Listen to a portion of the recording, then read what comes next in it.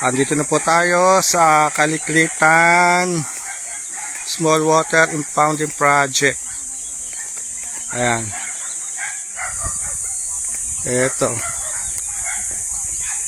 Ito po yung pinaka-pond area.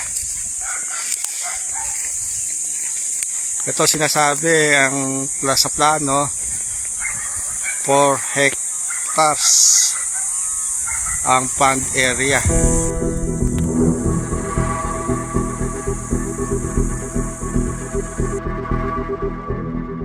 Okay. Ito yung dapat bahagi pa ng pond area na hindi naimbakan ng tubig ulan. Pero may nakikita pong paraan din para maagusan ito o maimbakan ito ng tubig.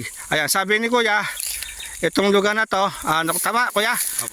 Sa may bandang taas, Ito pong kahoy na to. yung kahoy na yan, close up ko, tama, nakita mo sa video, yan. Opo. Yan lugar na yan, dapat magkaroon ng kanal.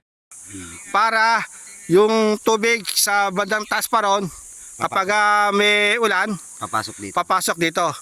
Opo. Kasi sa ngayon, saan napupunta yung tubig? Doon po sa ibabaw. Sa ibabaw at bumabaksak sa Bukid. bukid. So, ayun, perwisyo o Kung minsan po sir, talagang perwisyo din kasi. Dahil tinatamaan yung pananim. Maganda kung maiipon dito sa sweep at lalabas dapat sa kanal, no?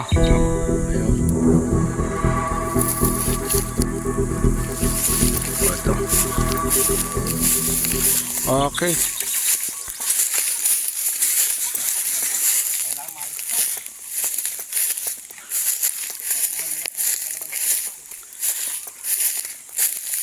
Ito bahagi pa dapat ito ng 4 hectares na sweep.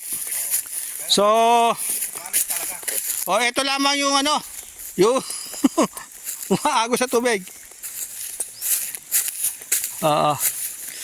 Ayan. Ayun. Lalakad tayo.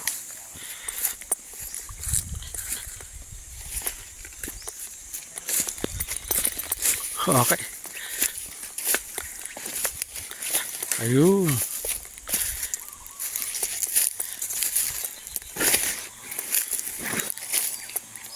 Eto, hindi na maabot dito yung Tubig.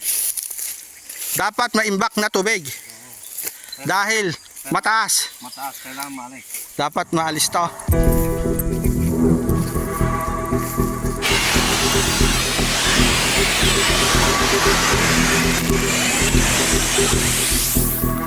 Iniinom ba yung tubig nito?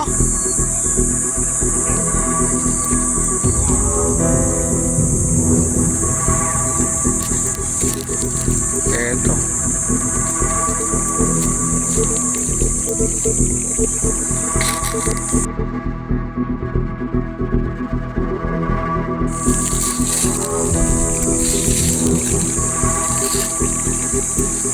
Ikat natin.